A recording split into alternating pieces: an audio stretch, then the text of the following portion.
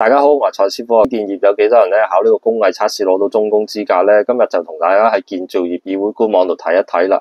咁電氣布線工即係俗稱嘅電工啦，報考人數就好多嘅，而消防咧相對咧就會少啲嘅。而最右邊大家就見到啦，合格人士咧咁啊喺香港考電工咧咁啊係比較多啦。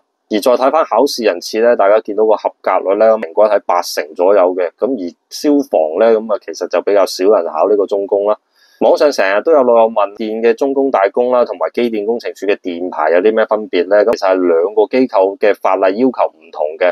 電嘅中工咧，你考完之後咧係可以合資格喺香港度從事電嘅呢個工種嘅行業啦。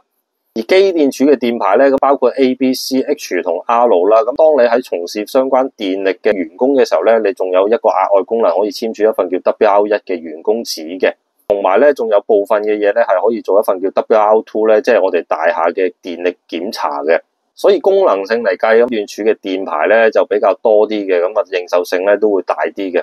不過大家聽完解釋，其實即係兩個機構咧，你都係要有牌照咧，先係合資格喺香港從事電嘅。而做消防嘅咧，一般咧就係會考消防處嘅3級承辦商啦，咁就係一個個人嘅牌照嚟嘅，係可以檢查滅火筒、滅火栓、滅火氈嘅。所以就比較多人考咧，係消防3級為主嘅。不過頭先解釋咗啦，咁其實係兩個嘅機構咧，你都係有牌照咧，咁啊先係最比較妥當嘅。希望今集分享嘅資訊咧就幫到大家啦。今集介紹咁多，拜拜。